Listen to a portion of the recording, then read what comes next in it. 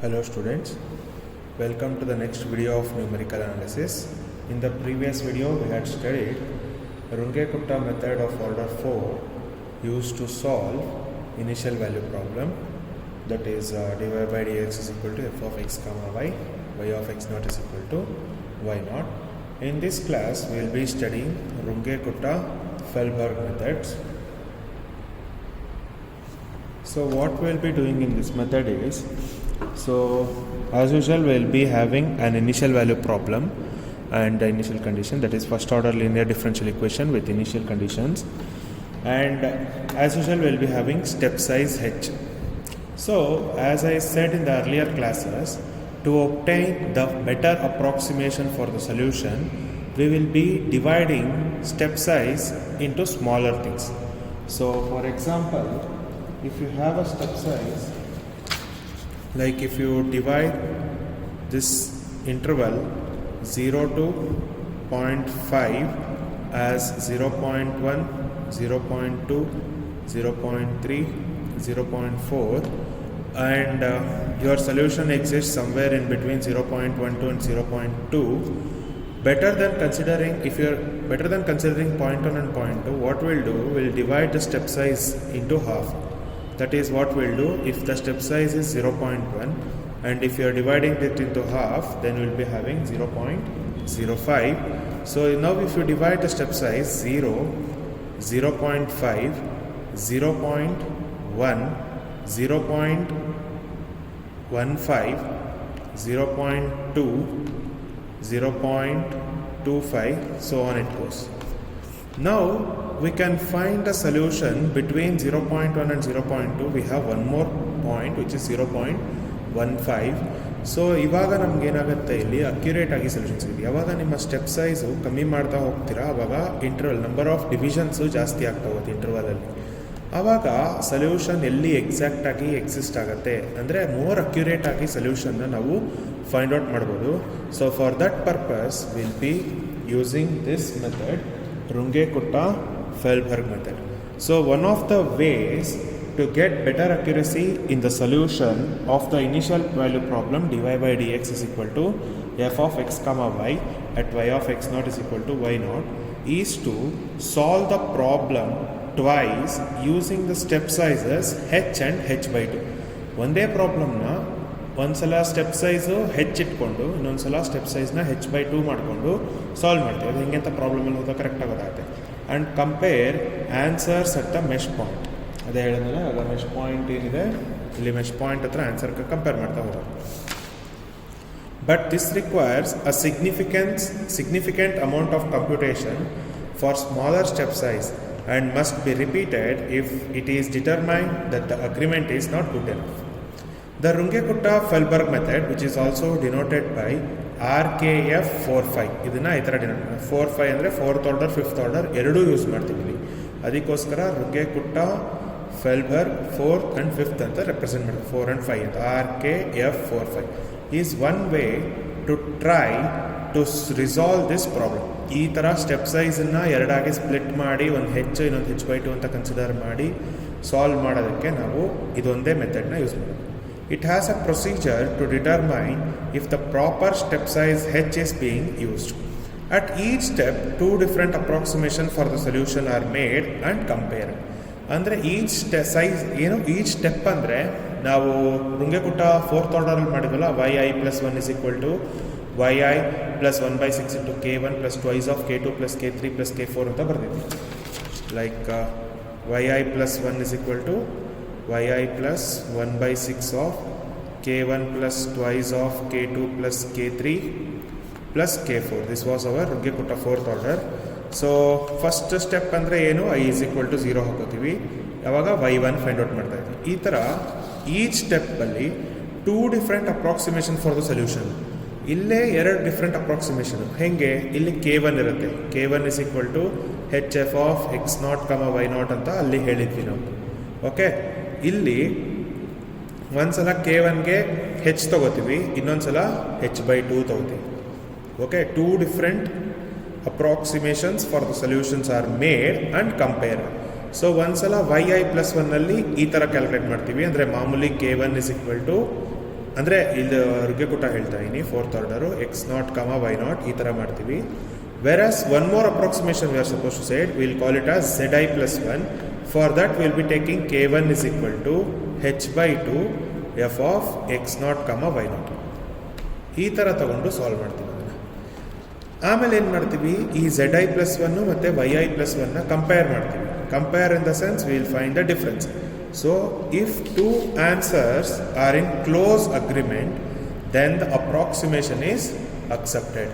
ಅಂದರೆ ಏನು, ಎರಡನ್ನೂ ಕಂಪೇರ್ ಮಾಡಿ, ಎರಡಕ್ಕೂ ಡಿಫ್ರೆನ್ಸ್ ಫೈಂಡ್ ಔಟ್ ಮಾಡಿದಾಗ when you are finding the difference for both yi plus 1 and zi plus 1, if they are close enough, that means their difference is very less, then we will accept the obtained solution. If not, if the two answers do not agree to a specific accuracy, the step size is again reduced. So ಇಲ್ಲಿ step size ಮಾಡಿ ಹೇಳಿದೆ ಅಲ್ಲ, ಇಲ್ಲಿ ಮಾಡಿದಾಗ ನಮಗೆ accurate ಆಗಿ answer ಬರಲಿಲ್ಲ ಅಂತ ಅಂದ್ಕೊಳ್ಳಿ. ಮತ್ತೆ ಏನು ಮಾಡ್ತೀವಿ, ನಮ್ಮ ಸೊಲ್ಯೂಷನ್ ಇಲ್ಲೆಲ್ಲೋ ಎಕ್ಸಿಸ್ಟ್ ಆಗುತ್ತೆ ಅಂದಾಗ ಸ್ಟೆಪ್ ಸೈಜ್ h/2 ಇರೋದನ್ನು h/4 ಮಾಡ್ಕೋಬೇಕಾಗತ್ತೆ. h/4 ಮಾಡ್ಕೊಂಡಾಗ ಏನಾಗುತ್ತೆ, h/3 h/4 ಏನಾದ್ರು ಮಾಡಿಕೊಂಡು ಮತ್ತೆ ಇದನ್ನು ಸ್ಪ್ಲಿಟ್ ಮಾಡಿ, ಇಂಟರ್ವಲ್ನ ಸ್ಪ್ಲಿಟ್ ಮಾಡಬೇಕಾಗತ್ತೆ. ಈ ಥರ ಸ್ಪ್ಲಿಟ್ ಮಾಡಿ. So step size is again reduced. If the answers agree to more significant digits than required then the step size is increased. For example, ನಾವು ಇಲ್ಲೆಲ್ಲೋ ಫೈಂಡ್ ಔಟ್ ಮಾಡ್ತಾ ಇರ್ತೀವಿ, ಬಟ್ ಆನ್ಸರ್ ಬರುತ್ತೆ h/2, ಹೆಚ್ಚಿಗೆ ಆನ್ಸರ್ ಬರ್ತಾ ಇದೆ. ಅದು ನಮಗೆ ಬೇಕಾಗಿರೋ ಅಕ್ಯುರೆನ್ಸಿ ಅಂದರೆ ಎಕ್ಸಾಕ್ಟ್ ಸೊಲ್ಯೂಷನ್ ಮಾಡಿದಾಗ ಇನ್ನೊಂದು ಆನ್ಸರ್ ಬರುತ್ತೆ, ಅದಕ್ಕಿಂತ ಜಾಸ್ತಿ ಆನ್ಸರ್ ಬರ್ತಿದೆ ಅಂದಾಗ ನಾವು ಇದನ್ನು ರೆಡ್ಯೂಸ್ ಮಾಡ್ತೀವಿ, ಇನ್ಕ್ರೀಸ್ ಮಾಡ್ತೀವಿ, ಸಾರಿ ನಾಟ್ ರೆಡ್ಯೂಸ್, ಇನ್ಕ್ರೀಸ್ ಮಾಡ್ತೀವಿ, 2h ಮಾಡ್ತೀವಿ. So here the step size is increased. So each step size requires the use of following 6 values. ಈ 6 ವ್ಯಾಲ್ಯೂಸು ನಮಗೆ ಬೇಕಾಗತ್ತೆ ಯಾವಾಗ ಸ್ಟೆಪ್ ಸೈಜ್ನ ಫೈಂಡ್ ಮಾಡೋಕ್ಕೆ. So k1 is equal to hf of xi, yi. ಅಂದರೆ first step ಸೈಜಲ್ಲಿ i is equal to ಯಾವಾಗಲೂ 0 ಇರುತ್ತೆ. So hf of x0, y0 ಆಗುತ್ತೆ. ಅದೇ ಥರ k2 is equal to hf of xi plus h/4 plus yi plus k1/4. k3 is equal to hf of xi plus 3/8h plus yi, yi plus 3/32 k1 plus 9/32 k2. k4 is equal to hf of xi plus 12/13h, yi plus 1932/2197 k1 minus 7200 divided by 2197 k2 plus 7296/2197 k3. ಅದೇ ಥರ k5 is equal to hf of xi plus h, yi plus 439/216 k1 plus minus 8 k2 plus 3680/513 k3 minus 845 divided by 4104 k4. ಅದೇ ಥರ k6 ಕೂಡ ಒಂದು formula ಇರುತ್ತೆ, which is hf of xi plus h/2, y0 minus 8/27 k1 plus 2 k2 minus 3544 divided by 2565 k3 plus 1859/4104 k4 minus 11/40 k5. Then an approximation to the solution of the initial value problem is made using Runge-Kutta method of order 4. So ಇದಿಷ್ಟು ನಮಗೆ k1, k2, k3, k4, k5, k6 ಸಿಗುತ್ತೆ. Then we are supposed to use this in Runge-Kutta method of order 4. ಅದು that is given by yi plus 1 is equal to yi plus 225/216 k1 plus 1408/2565 k3 plus 2197 divided by 4104 k4 minus 1/5 k5. This is your Runge-Kutta method of order 4 using these 6 values. So in the above formula, the 4 functional values f1, f3, f4 and f5 are used. ಅಂದರೆ ಇದನ್ನು ಒಂದೊಂದು function ಅಂತ ಕರಿತೀವಿ, ಒಂದೊಂದು functional values. This is one function, this second function, this third function, fourth function. ಇಲ್ಲಿ ನಮಗೆ second ಫಂಕ್ಷನ್ನ ಯೂಸೇ ಮಾಡಿಲ್ಲ. We are notice that we are not using the second function. So for a better value for the solution will be using Runge-Kutta method of order 5. So the Runge-Kutta method of order 5 is used, which is given by Zi plus 1 is equal to Zi plus 16 by 135 K1 plus 6656 by 12825 K3 plus 28,561 divided by 56,430 K4 minus 9 by 50 K5 plus 2 by 55 K6. The optimal step size SH can be determined by multiplying the scalar S times to the current step size H. So next step size ಹೆಂಗಪ್ಪ ಕಂಡುಹಿಡಿಯೋದು, find out ಮಾಡಬೇಕು. ನಿಮಗೆ approximation ಯಾವಾಗಲೂ h/2 use ಮಾಡೋಕ್ಕೆ ಬರೋಲ್ಲ. So ಅವಾಗ ಏನು ಮಾಡಬೇಕು, step ಸೈಜ್ನ ಇನ್ಕ್ರೀಸ್ ಅಥವಾ ಡಿಕ್ರೀಸ್ ಮಾಡೋಕ್ಕೆ ನಾವೇನು ಮಾಡ್ತೀವಿ, ಒಂದು ಸ್ಕೇಲಾರ್ ಎಸ್ಸನ್ನು we will be multiplying to this current step size h. ಈ ಹೆಚ್ಚಿಗೆ ಈ ಎಸ್ಸನ್ನು ಮಲ್ಟಿಪ್ಲೈ ಮಾಡ್ತೀವಿ. ಆ ಎಸ್ ಏನು, s is equal to TOL into h divided by twice mod of Zi plus 1 minus Yi plus 1 whole power 1 by 4. So 1 by 2 to the power of 1 by 4 now, if you take it out, it is approximately equal to 0.84 into TOL of h into h divided by mod Zi minus 1, Zi plus 1 minus Yi plus 1 to the power of 1 by 4. ಏನಿದು TOL ಅಂದರೆ ಇದು s calculate ಮಾಡೋಕ್ಕೆ formula. Will be calculating s and then multiplying into h ಜೊತೆ multiply ಮಾಡಿದಾಗ ನಮ್ಮ step size ತುಂಬ ಏನು very ಆಗ್ತಿದೆಯಾ ಅಂತ ಗೊತ್ತಾಗುತ್ತೆ ನಮಗೆ. ಅಂದರೆ ಎಷ್ಟಕ್ಕೆ ರೆಡ್ಯೂಸ್ ಮಾಡಬೇಕು, ಎಷ್ಟು ಇನ್ಕ್ರೀಸ್ ಮಾಡಬೇಕು ಅನ್ನೋದು from this will come to know. Okay, TOL is nothing but specified error control tolerance. So that will be mention in your problem. Okay, so ಇದಿಷ್ಟು ಕೊಟ್ಟಿರ್ತಾರೆ. ಇಲ್ಲಿ when S is less than 1, S is greater than 1 ಎರಡು case ಬರುತ್ತೆ. When S is less than 1, reject the initial choice of H at ith step and repeat the calculation using SH as the next step size. So ಇವಾಗ first step size use ಮಾಡಿರ್ತೀವಿ. Step size use ಮಾಡಿಕೊಂಡು ಇಲ್ಲಿ Yi plus 1 ಇದೆ, Zi plus 1 ಇದೆ, ಎರಡನ್ನೂ will be calculating and will be finding the difference between these two. ಅಂದರೆ difference ಅಂದರೆ accuracy ಎಷ್ಟಿದೆ ಅಂತ ನೋಡ್ತೀವಿ. Like up to 5 digits will be finding the accuracy. ಎರಡಕ್ಕೂ ಅಕ್ಯುರಸಿ ಹೇಗಿದೆ ಅಂದರೆ ಅದರ ಡಿಫ್ರೆನ್ಸ್ ಜಾಸ್ತಿ ಏನೂ ಇರಬಾರ್ದು. ಸೊ ಅದಾದಮೇಲೆ will be calculating S calculate ಮಾಡಿ ನೋಡಬೇಕು. ಎಸ್ ಕ್ಯಾಲ್ಕುಲೇಟ್ ಮಾಡಿ ನೋಡಿದಾಗ if that S is less than 1, if that S is less than 1 then reject the initial choice of h. So ನಮ್ಮ ಫಸ್ಟ್ ಸ್ಟೆಪ್ ಸೈಜ್ ಏನು ತೊಗೊಂಡಿರ್ತೀವಿ ನಾವು, for example we have taken 0.5 ಅಂತ ಅಂದ್ಕೊಳ್ಳೋಣ, and that S is less than 1, some 0.9 ಅಥವಾ 0.8, 0.6 ಈ ಥರ ಬಂದ್ಬಿಡ್ತು.